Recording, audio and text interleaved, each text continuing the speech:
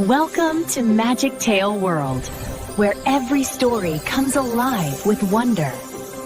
Let's open the book and begin our adventure together.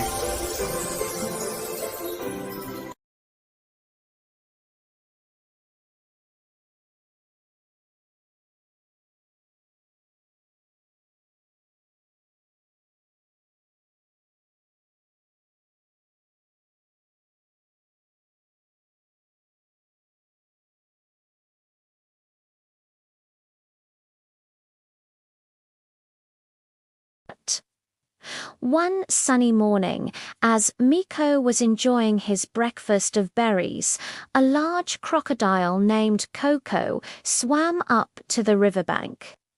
Coco looked tired and hungry. "Hello there, little monkey," he said with a wide, toothy grin. "Those berries look delicious. Could you spare a few for a hungry old crocodile?" Miko, being a kind-hearted monkey, was happy to share it. He plucked a handful of the ripest, juiciest berries and tossed them down to Coco. The crocodile gobbled them up in one gulp. "These are the best berries I have ever tasted," he exclaimed. "Thank you, generous monkey." From that day on, an unlikely friendship blossomed. Every morning, Coco would swim to the jamon tree, and Miko would throw down a feast of sweet berries for him.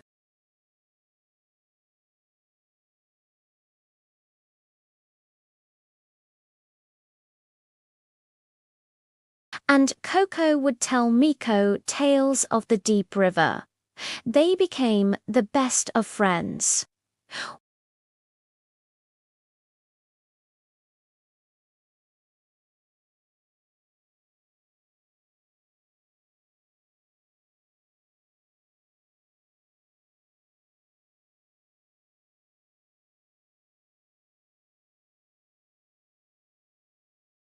Miko was thrilled.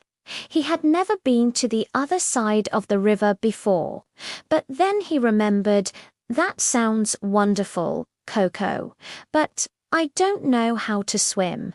Don't you worry about a thing," Coco replied with a reassuring smile. "You can just hop on my back and I'll give you a safe ride across the river. It will be a grand adventure." Miko thought it was a fantastic idea. He trusted his friend completely. So he jumped down from the tree and climbed onto Coco's broad, scaly back. The journey began smoothly. Coco swam steadily through the cool water, and Miko enjoyed the new view of the jungle from the middle of the river. They chattered happily as they went along.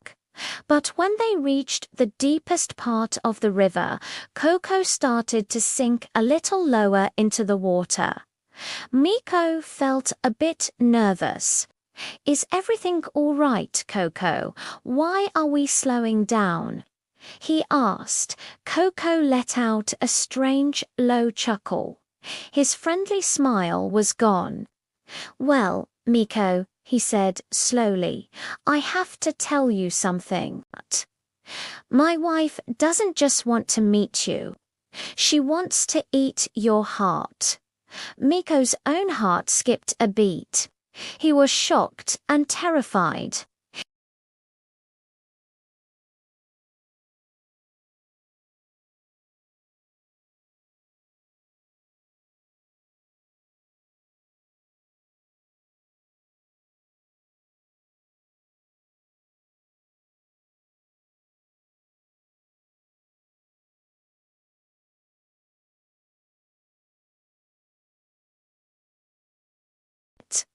The doctor said only a monkey's heart can cure her. "I'm so sorry, my friend, but I have to take your heart for my wife." Miko's mind raced. He knew he had to think fast to save his life. Panicking wouldn't help. He had to use his cleverness. Taking a deep breath to calm himself, he forced a laugh. "Oh, Coco, my dear silly friend. Why didn't you tell me this before? You went to all this trouble for nothing." "What do you mean, for nothing?" he asked, pausing in the water.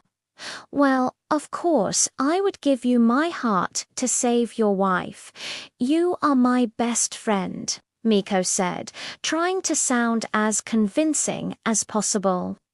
"But you see, we monkeys don't carry our hearts around with us.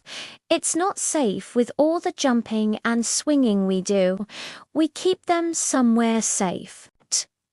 Coco was completely baffled. "You don't carry your heart with you.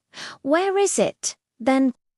"I left it back on the jamon tree, of course," Miko exclaimed. "It's hanging on the highest branch, wrapped in a big leaf for safekeeping. If you had told me earlier, I would have brought it along. We have to go back and get it."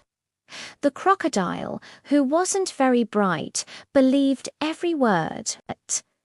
The idea of a heart hanging on a tree seemed perfectly logical to him. "Oh dear," he said, feeling a bit foolish. "I am so sorry. Of course, we must go back.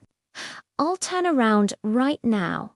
And so, Coco turned and began swimming back towards the riverbank where the jamon tree stood.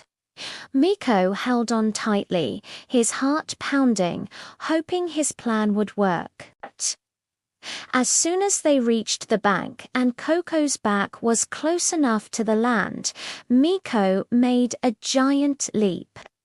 He sprang from the crocodile's back, landed safely on the ground, and scrambled up the jamon tree in a flash.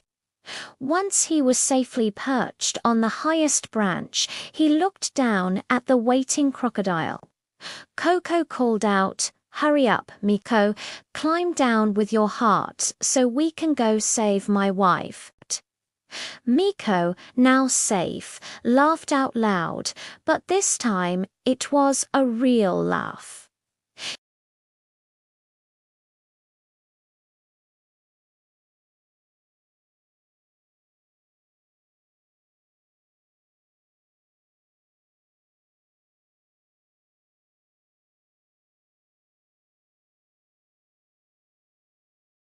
"You tried to trick me, but your foolishness has saved me."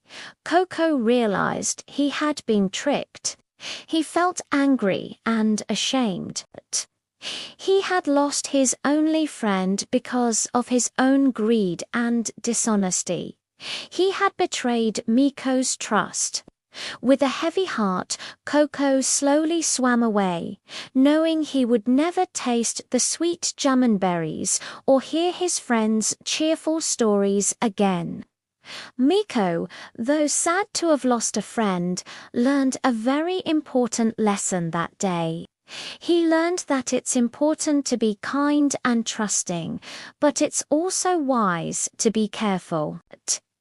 True friendship is built on honesty and respect, not on tricks and deceit. And most importantly, he learned that a quick mind can get you out of even the trickiest situations. From that day on, Miko continued to enjoy his delicious berries, but he was always a little more cautious about who he shared them with. I hope you enjoyed the story of the clever monkey and the foolish crocodile. It teaches us to think fast and to choose our friends wisely. If you liked our story, don't forget to hit the like button, share it with your friends, and subscribe to our channel for more wonderful tales. Thanks for watching, and we'll see you next time.